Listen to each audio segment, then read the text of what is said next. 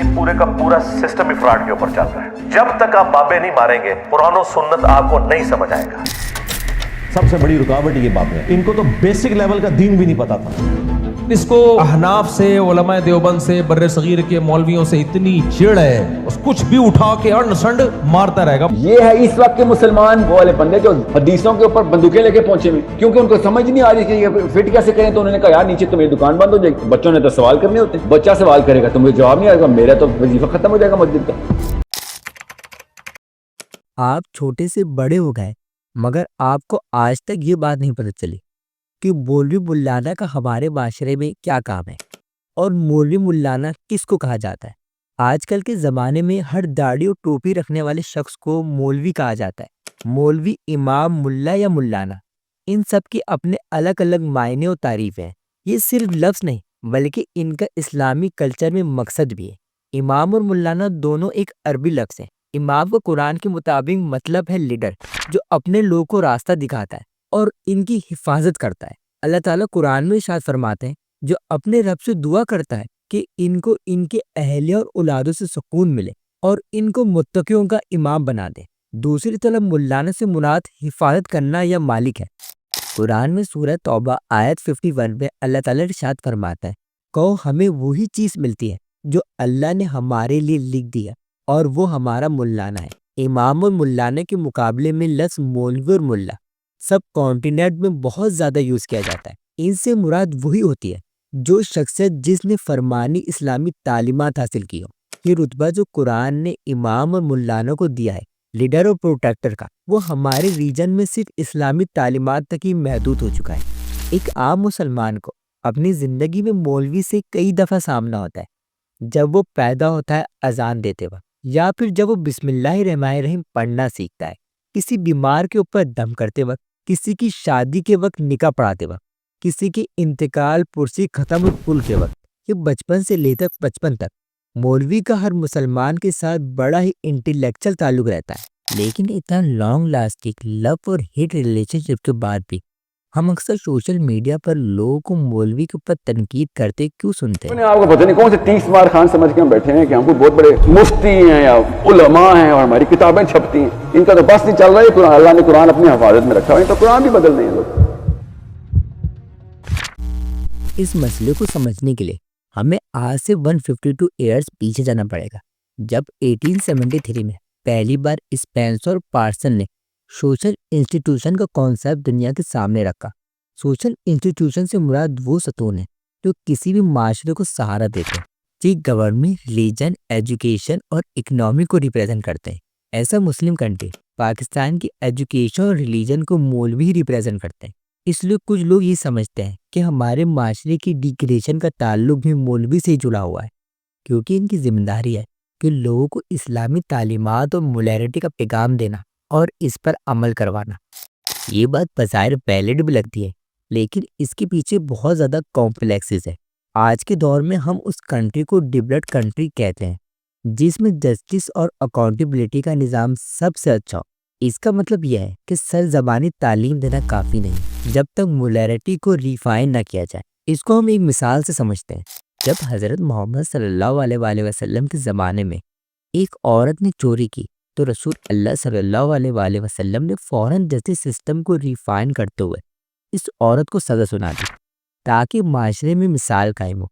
अब हजूर सल्लल्लाहु अलैहि वसल्लम की मौजूदगी में भी इस तरह के वाक़यात होते थे, पर क्योंकि स्टेट ऑफ मदीना में इस्लामिक जस्टिस सिस्टम मौजूद था, इसलिए ऐसे वाक़यात को खाली पीली नोटिस नहीं किया जाता था, बल्कि इनके ऊपर फ़ौरन एक्शन लिया जाता था और फैसला सुनाया जाता था। इसलिए कहा जा सकता है कि रिलीजन एजुकेशन से हमारी मोरल एजुकेशन के ऊपर कोई फ़र्क नहीं पड़ता। अगर मुल्क में लीगल जस्टिस सिस्टम अपनी जिम्मेदारी तरीके से निभाए तो पाकिस्तान काफ़ी हद तक ठीक हो सकता है। हमारे मुल्क में मौलवी का सिर्फ एक ही काम है कि वो आए, दर्ज दे और चला जाए। इसके अलावा इस कोई हैसियत नहीं है। हमारे मुल्क में मौलवी को एज अ टीचर देखा जाता है, ना कि लीडर। पाकिस्तान में दीनी शख्सियत को इमाम या मुल्लाना का सिर्फ एक लफ्जी स्टेट दिया जाता है। इख्तियार की बात करें तो सिर्फ एक मौलवी का एक ही काम होता है कि वो इस्लामी एजुकेशन हासिल करता है, मामूली सी उजरत पर दीनी तालीमात को आगे बढ़ाता है اور بغیر کسی شکوہ شکایت کے اپنے فرائض نبھاتا ہے۔ اگر ہم صرف پاکستان کی بات کریں تو یہاں آج کی تاریخ میں 80,000 رجسٹر مدرسے ہیں، جہاں سے ہر سال 78,000 حافظ تیار ہوتے ہیں، جو دنیا میں سب سے زیادہ ہیں۔ پاکستان کے مذہبی رہنما ٹاپ 500 انفلوئنسر کی لسٹ میں 50 نمبر پر شمار کی جاتے ہیں، اور یہ لسٹ 2 بلین لوگوں سے مل کر بنتی ہے، جس میں سے 500 لوگوں کو چنا جاتا ہے۔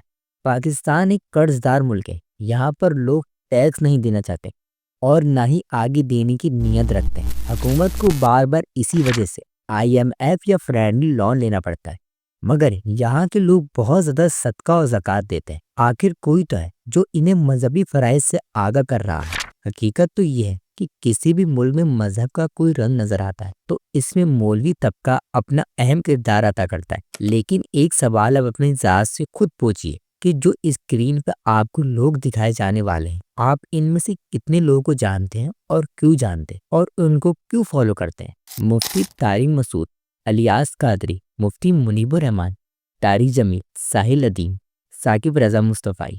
اگر آپ ان سب کے سوشل میڈیا ہینڈلنگ کو دیکھیں گے تو آپ کی صاف سمجھ میں آ جائے گا کہ لوگ آپ سے کیا چاہتے ہیں اور یہ آپ سے کیا کہہ رہے ہیں۔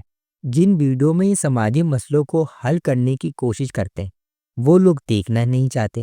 جن ویڈیو میں کچھ انٹرٹینمنٹ نظر آتی ہے تو لوگ اس کو دیکھتے ہیں اور الگوریتھم بھی اس کو پروموٹ کرتا ہے، تو ہمیں ایسا لگتا ہے جیسے طارق مسعود 4 شادیوں کے علاوہ کوئی بات ہی نہیں کرتے، طارق جمیل حوروں کے علاوہ کوئی بات ہی نہیں کرتے، اور اہل سنت کے جتنے بھی امام ہیں وہ بزرگوں کے علاوہ کوئی بات ہی نہیں کرتے۔ مگر ایسا بالکل بھی نہیں ہے، کیونکہ وہ ویڈیو ان کی وائرل بھی نہیں ہوتی، اس وجہ سے ہمیں نظر بھی نہیں آتی۔ ہمارے معاشرے کا المیہ تو یہ ہے کہ ہم اپنے پسندیدہ شخص یا ادارے کو ہر غلطی سے پاک دیکھنا چاہتے ہیں۔ یہ یاد رکھنا ضروری ہے کہ کوئی بھی شخص یا ادارہ غلطی سے پاک نہیں ہو سکتا، کیونکہ یہ انسان کی فطرت ہے کہ وہ غلطی کرتا ہے۔ مولوی بھی غلطی کر سکتا ہے، ویسے ہی جیسے ڈاکٹر، انجینئر، پائلٹ یا ٹیچر کرتے ہیں۔ لیکن یہ بھی یاد رکھنا ضروری ہے کہ ایک ڈاکٹر کی غلطی کی وجہ سے سارے ڈاکٹر کو غلط نہیں کہا جا سکتا۔ ایسی کسی بھی ایک مولوی کی غلطی کی وجہ سے سارے مولویوں کو غلط کہنا بالکل بھی ٹھیک نہیں ہے۔ ملک کی ترقی تو تبھی ہوگی جب ہر افراد و ادارہ احتساب سے چلے، لیکن اس کے ذاتی فعل کا قصوروار پورے طبقے کو سمجھا جائے، یہ بھی ناانصافی ہے۔ سچ تو یہ ہے کہ آپ کو ہر مسئلے پر ہر طرح کی رائے سننے کو ملے گی، لیکن فیصلہ آپ کو کرنا ہے کہ ہماری سوچ کا معیار کیا ہوگا، کہ جو بات ہمارے کان تک پہلے پہنچ جائے بس وہی سچ ہے، یا ہم پھر سے اس کے اوپر غور و فکر کریں، کیونکہ اس کی دعا تو اللہ تعالیٰ نے خود فرمائی ہے۔ ترجمہ: تم سوچتے کیوں نہیں